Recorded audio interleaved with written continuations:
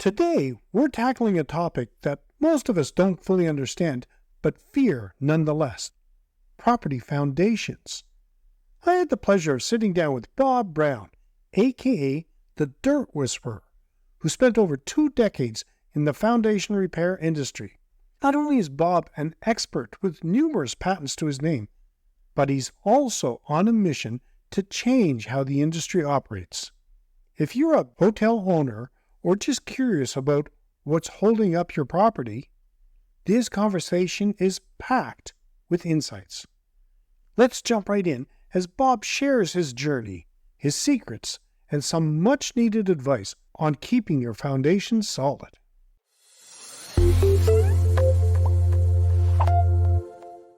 Hey there, amazing viewers. If you enjoy our episodes, don't just hover around. Dive deeper. Hit that subscribe button like it's the key to a treasure chest of vacation rental knowledge. And ring that bell like you're summoning fun directly to your screen. Subscribe, ring, and let's keep your adventure rolling. Our chat today is with Bob Brown, aka the Dirt Whisperer. And today we're going to talk about property foundations, something that we're all a little nervous about, and to be honest, most of us don't know anything about. Bob, you have an amazing history in the foundation industry, and I really appreciate you taking the time to share your expertise with us. Hey, I'm happy to be here. Super. Okay, all that being said, you ready to jump into this? Absolutely. Now, before we get into the nitty-gritty of everything, and you tell me I don't have to worry about the crack of my foundation, how did you get in the foundation industry business? I graduated from Arizona State University with degrees in finance and architecture. And I had a little, the way I worked my way through college, just doing small concrete repairs. And so as a result, I became an expert in concrete. Concrete repairs led to one another. I started looking at mud jacking and slab jacking and trying to be innovative and try to differentiate myself. And along came a national supplier of products for foundation repair and said, "Hey, we're looking for an exclusive dealer in your area. Would you like to be it?" And I said, "Sure." And so I really didn't know much about it at the point. I didn't know much about soils. I didn't know much about foundation repair. They basically taught us pretty much everything. I basically learned the foundation industry, like everybody else in the business, from my single source supplier. So they told me what soil problems were. They told me what to fix it. And of course, they would always tell me that the solution was their solution. Okay, so basically, all of these suppliers teach foundation repair installers to recognize problems through the lens of their solutions, which helps them sell lots of product. But Yes. it doesn't really help homeowners or property owners to have an objective view about what the problem is and how to really fix it. It really is not the right way to go about it. Is this when you got into foundations? That was about 2000, so 24 years ago. Oh, all right. Okay, for us lay people, what exactly is a foundation? What? Sure. There's different kinds of foundations, Okay. and a lot of it depends on what part of the country you're in. Down south in the southern latitude, in the States, correct. Yeah, I don't know worldwide. I think it probably applies to Australia too. Okay. But they have what they call slabs on grade, which is basically, there's a couple different variation types of that, but it's a slab with a perimeter footing. And a footing is basically a strip of concrete that's down lower and thicker and has reinforcing in it. And the roof loads on modern buildings have trusses that bear all the load to the edges, and then they'll go down the walls to that footing. And so the slabs really don't take much weight. People think that the slabs are the foundation, which not really true. Post-tension foundations is a monolithic slab and footing with the cables both ways, and they tighten them up. And so the slab is a part of the foundation, but most of the time it's not. Okay, and then you get a little colder areas, and you have what they call a crawl space. And that is, you have the same footing it goes around the perimeter. But for a floor, you have a wooden framed member with joists and then some interior Yeah. jacks that hold it up. And that's called a crawl space. And then you go to even colder locations and you have a basement. And the basement will have a footing around the edge of it again and a slab. And then it'll go up to the walls. And then you'll have your dirt level. And then you have your either masonry or framing on top of that. Those are the three basic kinds of foundations: slabs on grade, crawl spaces, and basements. Okay. Are there any misconceptions about foundations? Oh boy. One of them I already talked about is people think that their floor is their foundation. Most of the time it's not. But a lot of times people get scared about foundations. You see a crack in your wall, you think your house is going to fall down, right? No. First of all, one crack hardly means anything.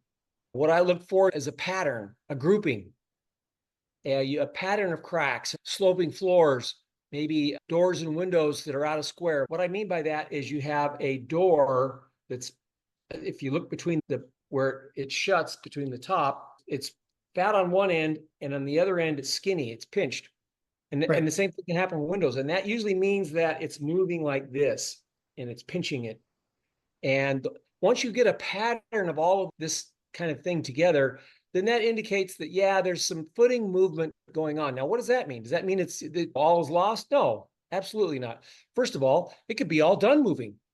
You don't know. You need to talk to a geotechnical engineer, and he can give an opinion about whether it's done moving or not. Anybody else who tries to opine on that is BSing you.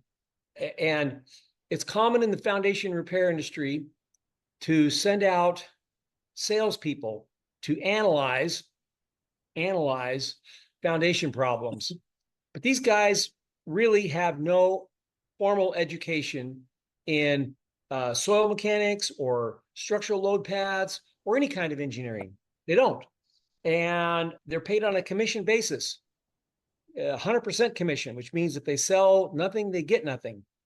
And these guys are very successful. I had 20 of them in my company uh, before I sold back in 2023.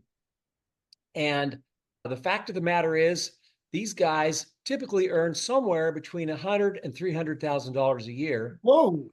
Yeah, they're very well paid. It's a secret. And if they don't make at least 100 grand a year, they're usually kicked to the curb. They usually let them go. So there's a lot of pressure to sell. And these guys, there's no oversight. There's no regulatory branch of government that oversees their analysis or designs. So they're just free to run amok and tell people whatever they want. And there's no checks and balances in place for any of it. That's scary, actually. Exactly.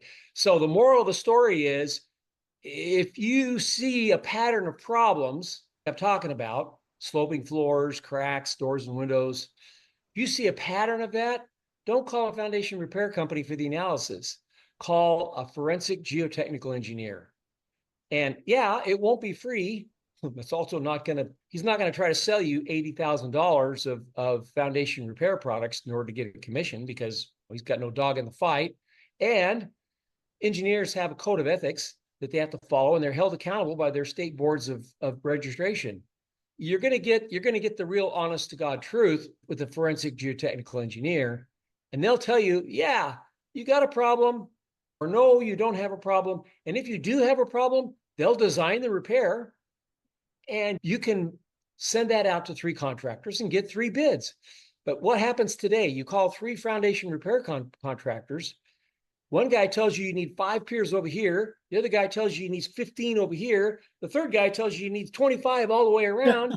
How, you're not the expert? How are you supposed to figure out which one's right? It's crazy.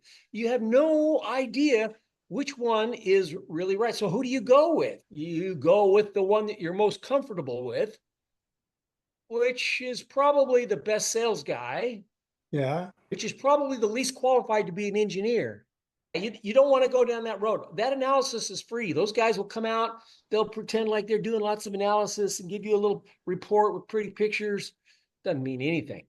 It's just the opinion of a guy trying to make a sales commission. That's fascinating and scary. Yeah, exactly. So how hard is it to find a forensic engineer? Transform your property into a lucrative vacation rental with our Vacation Ventures, turning property into profitable rentals course. The awesome news is that it has been revitalized and relaunched. Ideal for both newcomers and seasoned owners, this 10-module course offers 59 lessons designed to elevate your rental business. Dive into expert insights with engaging videos, convenient MP3s, and comprehensive PDFs covering everything from location analysis to crisis management. Stand out in the vacation rental market by mastering key strategies and best practices.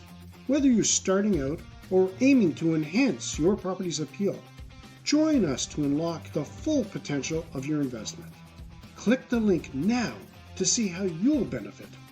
Don't miss out on this game-changing opportunity to elevate your vacation rental business.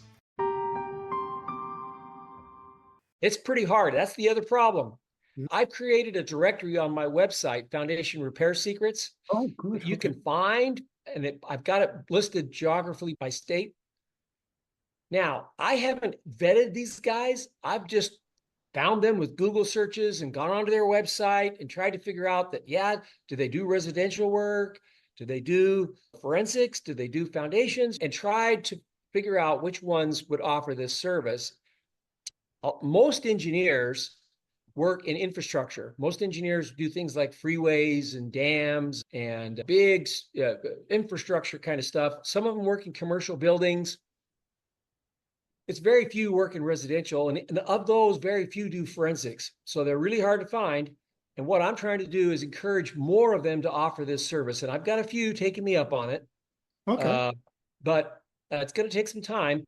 But in the meantime, feel free to use the directory, just with the caveat that they may or may not do it exactly the way that ought to be done. I don't know. But it's better So, than nothing. It's better than getting something for free from a contractor that's trying to sell you something. so basically do your research. Yeah, exactly.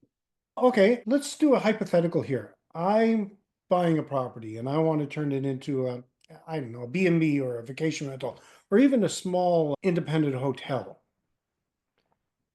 I'm thinking about the foundation. I don't know a lot. What would be my first step? What I would do is I would make an investment in a forensic geotechnical engineer. Now, if you're on the selling side, by the way, I would give you the same advice before you put it up for sale. Call one of these guys and get a clean bill of health with a seal on it that you can show in case any inspector decides to call something out and think that there's a big problem, right? Then you can show them this. Or if you need repairs, then get them done and then put his seal on it saying everything was done right. And you can show that to people. It's a little harder when you're on the buying side, but it's worth the investment, especially if it's a considerable sum of money, like in a small hotel.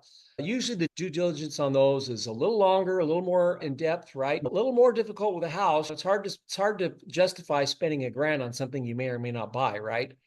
But I believe it's worth the effort, especially if you see a grouping of problems. If you don't see the grouping of problems, it could be that somebody covered it up, and that does happen. But one of the advice that I give to people is in the contract, the purchase contract, make a clause that says, hey, if the inspector sees a problem, if he sees a grouping of these problems, we get an extra time period, 2-3 weeks, to find a forensic engineer, investigate, and then come up with a report so that we can be well served. What happens most of the time is the inspector comes up with his report, gives it to the owner. The owner's, there's 2 days left in the inspection window. It's like, now what? I got to find an engineer and get a report in 2 days. That's impossible. That's just not going to work. And I would have a good relationship with these forensic engineers ahead of time so that you don't have to go scrambling and finding and searching and all that stuff. Have a relationship with them, take them to lunch or whatever, get to know them. Have a good relationship with a good forensic engineer. That way you can call on them. You can say, hey, I got a project I'd like you to look at. They're not going to give you the runaround, and you can save a lot of time and effort and brain damage that way. Oh, that's an excellent idea. Actually, I encourage any property owners to build a list of basically partners that they can do that with. Right, any type of repair. So right. I'm adding that to the list. Yeah, Excellent. definitely add that to the list. It's a really important relationship to have. As a matter of fact, I tell agents all the time, you can carve a little niche out for yourself by being known to have relationships with these guys and being able to handle the problems professionally, maybe in a way that other your competitors don't. So it's a little niche for them. Oh, that's a good idea. Okay, I've heard actually, I was dealing with a realtor once, and they mentioned a term that I hadn't heard before. And I'm going to ask you, you might not know it, but in case you do, severity scale. Sure. Have you heard that Oh, I term? talk about that a lot. Let me tell you about the severity scale. Okay. How bad is bad? How bad is it? Is it bad enough to spend $80,000, or can I just let it go and not much will happen? When people have these questions, when these see these problems, those are the kind of questions they have. How bad is it? Is it going to continue to get worse? What happens if it does get worse? They have all these questions. If you're asking those questions to some guy who wants to sell you a repair at a commission, what do you think his answer is going to be? I've heard them say things like, Mr. Jones, on a scale of 1 to 10, I think your foundation problem is about an 8.5. And I'm thinking to myself, okay, what scale is that? Is that like the Richter scale of foundation repair? What is that? And how did you arrive at 8.5? Based on my experience and the fact that my kids need braces, it's a total BS scale. So how do you find a severity scale? Now, there in the professional industry, there's a little bit of debate about this going on right now. Okay. But the Post Tension Institute and the Foundation Performance Association, two professional organizations, have come up with a severity scale that uses tilt and deflect with allowables. Okay, tilt. So tilt is when you're tilting, right? Yeah, And if you tilt more than 1%, then you fail. Now, 1% doesn't sound like a lot, but it's a lot. If on a typical house, if you'd have to be more than 6 or 7 inches out of level to be that's quite a one side bit. higher. You don't run into that very often. You see happens once in a while, but not very often. Now, deflection is a deviation from a straight line. Okay. Instead of being flat, it's got a bulge or a dip or some at the ends falling off, some sort of deviation from a straight line. And they use an allowable called L over 360. Now, what does that mean? That means that for 360 inches, you're allowed 1 inch of deviation. And if you have more, and it's backwards because the L's on top, so it's a fraction. And so the way it works is if it's less than, they always put 1 on the top and then they make the bottom. And if it's less than 360 inches, then you fail. And so L over 360. Now, there's a lot of controversy about this. I will tell you, a lot of engineers recognize that there's some problems with this standard. There are technical stuff that I don't want to get into and bore everybody to death, but there is a little bit of debate and there are some alternate proposals being bandished about. But the engineers do have standards that they can use. If you ask a foundation repair person, okay, what's the tilt and deflection? What standard? Are you using the PTI standard? They're going to look at you and go, oh, I have no idea what you're talking about, because they don't. They're not professionals. Okay, that made me nervous. If I want to learn more about that, if I followed you, is that the kind of information that I could get from you? Absolutely. So, a couple of things. I wrote a book. It's a bestseller on Amazon. Same title as my website, Foundation Repair Secrets. You can learn a lot there.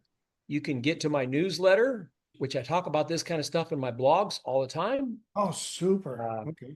and if you subscribe to the newsletter, you can get the 15 myths of the foundation repair world as it relates to real estate and 10 common mistakes that real estate people make. Those are available, and encourage people to become educated, understand how this works. Don't be taken advantage of. One of my favorite sayings is sometimes if the only tool you have is a hammer, then all your problems start looking like nails. And That's a very common thing that happens in the foundation repair industry. They come out, they see a bunch of cracks. Okay, let's use the solution that my supplier told me to use. And what I tell people is don't get nailed by those who only have one solution to offer. Good advice. Now, I read that you have some patents. True. Tell us about them. Yeah. I do. I've developed a couple of really cool ideas over time. They're a little bit technical for non people in the non industry, but one of them involves repairing concrete that has rusting rebar in it. Sometimes you'll see a crack right along near the bottom of the foundation going around the perimeter. It's a horizontal crack and it's very continuous. Mhm. That's usually the rebar rusting, and when it rusts, it gets bigger, puts pressure on the concrete and cracks it. I've developed a solution using composites that uses composite rebar, composite hold down straps, composite jacks, composite J bolt replacements, the whole 9 yards. Another patent that I have is for a needle pile that when you have a floor and you want to drill a pile through the floor, it's a very small diameter pile. Typically, the industry has to cut these great big holes in the floor, which destroys the slab. Right. 2-inch hole, pile goes down, you can lift the slab up and solve all the problems. I also have a patent for the moisture level system. So it dries out heating clays under an existing foundation using airflow. And the air flows through the gravel layer right under the slab, and it dries out the clay soils beneath it. Now, and I also have a patent for some software that I've developed. Engineers use it, foundation repair contractors use it, and it involves a whole 3D viewing system and a report system and the whole ball of wax to help them do a good report. Wow, you've been busy. Yeah, got a lot on my plate. Okay, the weather's been changing dramatically for a while now. Has that affected your industry? Probably not in Arizona. It just gets hotter here. Yeah, okay. Hate to say it. We don't get any hurricanes. We don't get any tornadoes. We don't get any earthquakes. We don't get any fires, at least not down in the Phoenix portion. Up north, we do. But yeah, here, maybe not. Now, if you're along the Gulf Coast, yeah, that's it. You got huge challenges there, Brent. And there are foundation systems that drive a wooden pole deep in the ground and lift the house up above the ground. A friend of mine by the name of Ricky Sykes developed that. So there are some systems to help with some of these problems. I don't know how long you'll last there. If you're surrounded by water, you could have a canoe for transport, but I'm not sure how practical that is. Yeah, it's a little scary. Yeah, Can, can you foresee any changes in the next like 5 or 10 years? I hope to make a big change myself. Oh, What I'm attempting to do is change the industry and actually develop a whole new industry. I want to enable forensic geotechnical engineers all over the country so that people call them and they're top of mind. Everybody calls them instead of the contractors. So I want to develop a network for those guys to help them succeed. And I want to make the public aware to call them and hopefully make a change in the industry for the better. that's excellent. What kind of time frame are you looking at? I'm sure it's going to take many years. I don't. I'd love it to happen right away, but I think it'll be a slow change. The other thing I want to do is I want to empower home inspectors to be able to conduct a floor level survey on every transaction that happens. And the reason that's important is because if you have a history of these going way back, now you can look at, okay, this was the way it was 5 years ago. And now it looks like this. During the intervening time, it moved this way. That's super valuable information we don't have today. Very rarely do we have it. And when we do get it, it's super valuable. So I would like to make this a standard thing in every real estate transaction so that it'll help us with the history of what's going on these foundations. For one thing, let's talk about insurance. Won't cover these things typically because they have what they call an earth movement exclusion. Okay. And that means that if the problems on a house or because of earth movement, they don't cover it. I don't know how they get away with that, but they do. Wow. But if you have a floor survey done and it's this level and whatever, it's you've got it all documented, and then you have a pipe break and it causes all kinds of havoc and the foundation moves all over the place, that's a sudden and catastrophic loss that you can go to the insurance company and you can succeed if you have data that shows what the foundation looked like before the pipe break. And now you can show that it moved this way after the pipe break in a short amount of time and is a catastrophic problem. You can get that covered. I actually did that on one of my properties. Really? Yeah. Okay, that seems to make sense. So are you getting any backlash for trying to do this? Yeah. Yeah. People don't like what I'm saying, but it is what it is. And people say to me, hey, weren't you a foundation repair contractor? Yeah, I was a foundation repair contractor, but I also owned a forensic engineering company. And in our company, I was the only one in the whole United States that did not allow salespeople to diagnose problems. I had our forensic engineering team go out and do a complete report, give the report to the sales guy, and let him go sell it to the homeowner. Okay. Now, if he's a good enough salesman, he can sell what the engineer specified. And the homeowner has a little more confidence, at least with our system, that hey, this is the real deal. It's not just the sales guy making something up to sell me something. So it had its advantages and maybe some disadvantages, but it was a good system. We liked it. It went really well. And unfortunately, after I sold the company, they disbanded the engineering department. Oh, what a shame.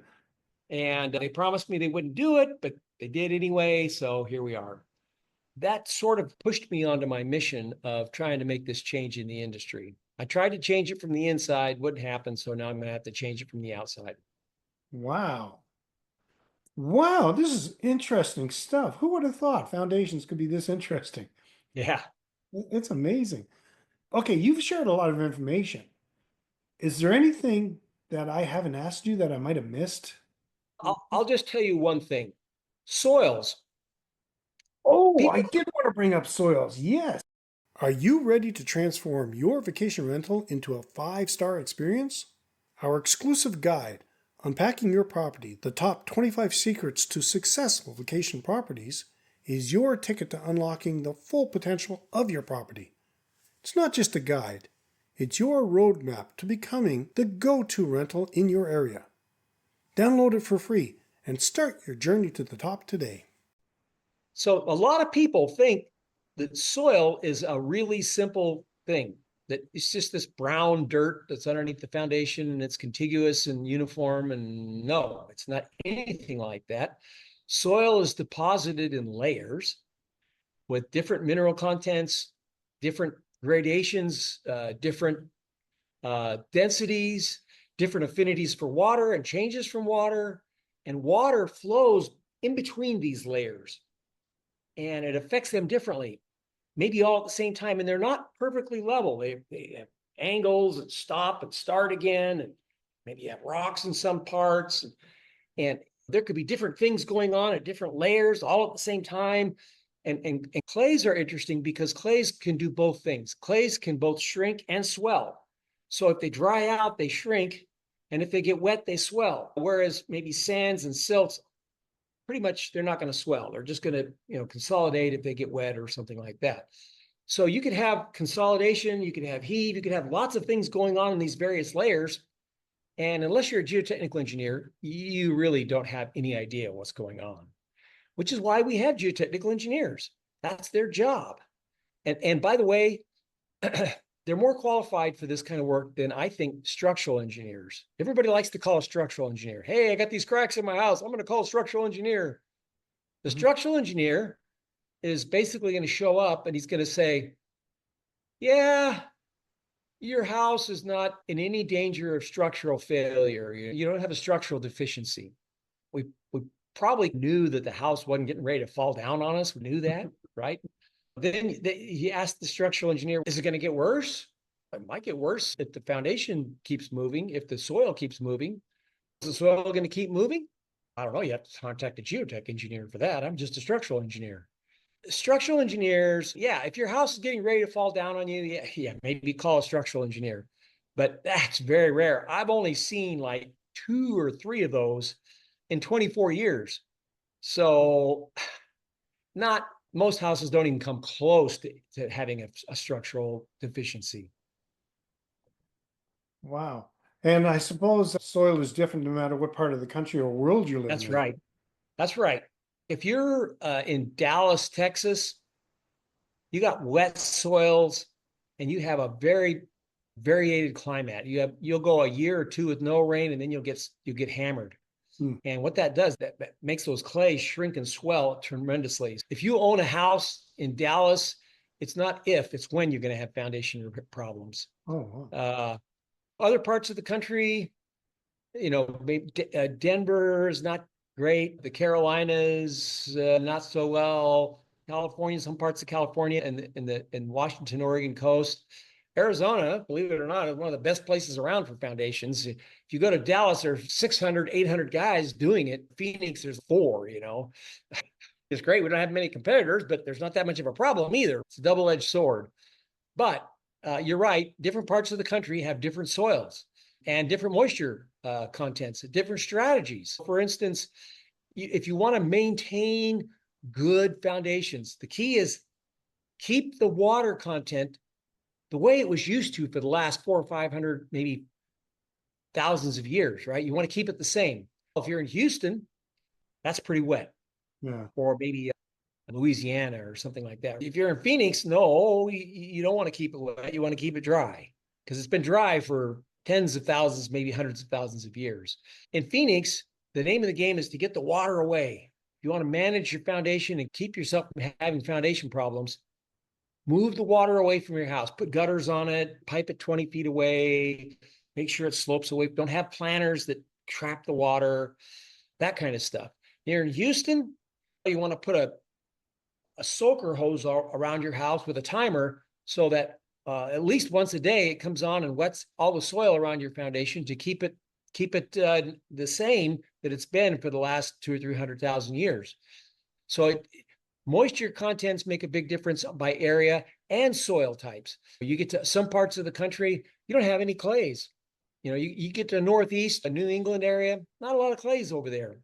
You got a lot of glacial till. Right. Glacial till is when the glacier came down and just pushed all that rubble and rock and then left it there and deposited it. That's glacial till. You get a lot more of that up there. So different parts of the country will have different soil profiles. And in a city, you're going to have a huge variation just within that city. In Phoenix areas, you have some areas with really bad soils and other areas, nothing at all. Some areas maybe have collapsible soils, right?